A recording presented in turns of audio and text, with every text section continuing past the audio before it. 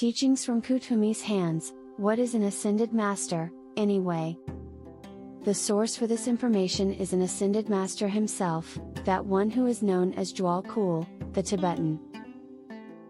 He had a great deal to say about the initiates and masters of the spiritual hierarchy through his amanuensis, Alice A. Bailey, from 1919 to 1949.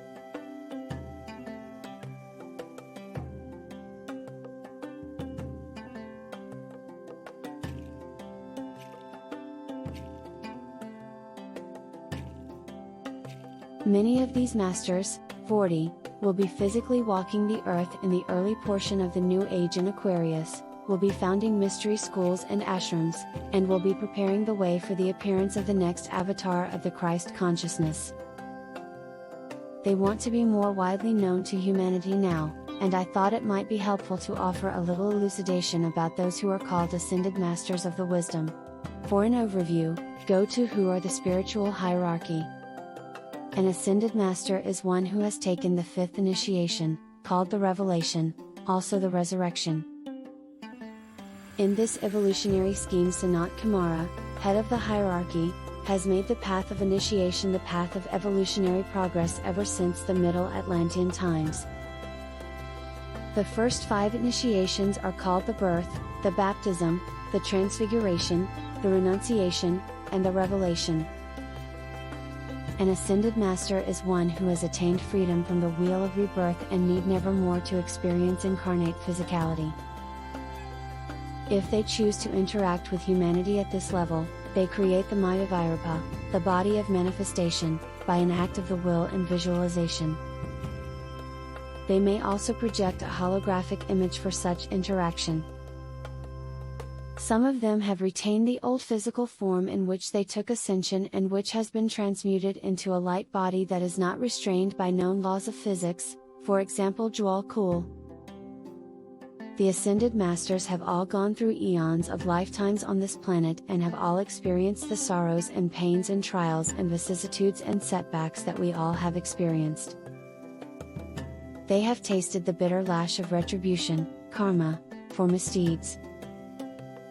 They have undergone all of the difficulties and joys and challenges that Earth life has to offer, and they have succeeded in raising themselves up out of the quagmire through stupendous self-effort and discipline, through meditation and sacrificial service, and through following the instruction of their master teachers. The Ascended Masters have all been initiated by the one initiator, Sanat Kumara, and have seen the 5-pointed star flash overhead and have been touched by the flaming diamond, the rod of initiation of the Lord of the world. They have come before humanity as the most exemplary and influential lives the race has known. Please check out the initiates of Earth. They have advanced civilizations and have offered the greatest spiritual teachings the world has known. They are known as the Immortals in the Orient, and the Society of Organized and Illumined Minds. A Master of the Wisdom is one who can now work in many of the departments of the solar hierarchy and, having taken the 5th initiation, is considered an entered apprentice or first-level initiate of the hierarchy on Sirius, which is the higher self of our solar logos. A Master of the Wisdom stands at the threshold of the 7 paths of higher evolution and is presented with the choice of which path will be taken for the rest of the journey of return to the Godhead. The bulk of the Ascended Masters choose the path to Sirius, and the ones who choose the path of Earth service do so out of love and compassion for the human race and profound respect for Sanat Kumara.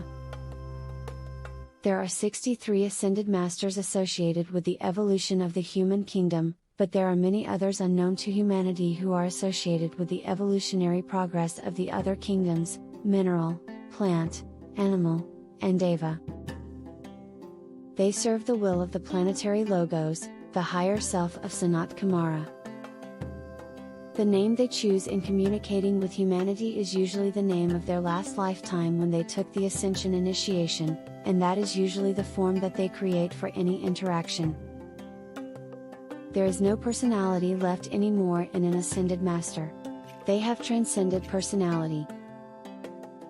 They have transcended the higher self or soul by the 4th initiation, and they have merged with monadic consciousness, higher self of the higher self. They might be considered as gestalts of consciousness. They have ashrams of disciples and lower initiates and are the heart flame of their ashramic effort and purpose, which is an aspect of the plan of Sanat Kumara. The work is carried out by mental inspiration and telepathic impression of their disciples and initiates in incarnate form. Addendum. I want to dispel the erroneous and confused notion by many that an ascended master is an individuated consciousness, such as that which is perceived about the self by the ego-centered incarnate human personality. There is no I consciousness but rather a we consciousness at that level of existence, the Buddhic plane, which is beyond the manasic or mental plane. The confusion arises in the human mind out of a need to simplify and make more readily comprehensible. However, those entities who are known as masters are actually group minds, if you will. As the ladder of evolution is ascended in a double helical spiral reflected in the human DNA molecule, there is greater and greater merging of consciousness as the higher planes are approached, the closer to returning to the triune Godhead the more immense the group consciousness. So, the higher the initiatory status and the higher the plane of existence, the vaster the size of the group mind or gestalt. On the involutionary spiral toward physicality there is fragmentation of consciousness, while on the evolutionary spiral toward divinity there is coalescence of consciousness. Contributing to the confusion is the human appearance of an ascended one when choosing to interact with humanity and the images that have been portrayed by intuitively guided artists, and there certainly is no sexual polarity, such as male or female, to these great ones regardless of the form chosen for the Maya Virapa, or holographic projection. They are, in down-to-earth terms, asexual collectives of consciousness upon much higher planes of existence with a state and a status of consciousness that is incomprehensible to the human mind operating as the intellect through the left brain, rather than the soul-inspired intuition, through the right brain. For example, Hilarion or El Moria or Serapis Bey are great group mind senior monads, assisting Sanat Kumara with the master plan for all the kingdoms of life on planet Earth. Each one of these so-called masters in Earth's spiritual hierarchy wields the forces of one of the seven rays in a grand cooperative effort to advance the divine plan as visualized in the cosmic mind of the planetary logos. To learn more about the rays, go to the Seven Rays Explained. Be that as it may, and having thusly explained the nature of consciousness of our ascended masters to a marginal extent, if it makes it any easier for people to think of these lofty ones as individuals with the appearance of a human being in order to follow their example or to draw them into their mental world for blessing and inspiration, then let it be so with the approval of the masters. For they wish to be known more widely throughout the human race prior to what is called the externalization of the spiritual hierarchy at the outset of the Aquarian Age, when 40 of the 63 masters associated with human evolution will be physically present on the earth, pointing the way toward the Christing of the race and an era of oneness, joy-filled harmony, and peace without measure in the human experience.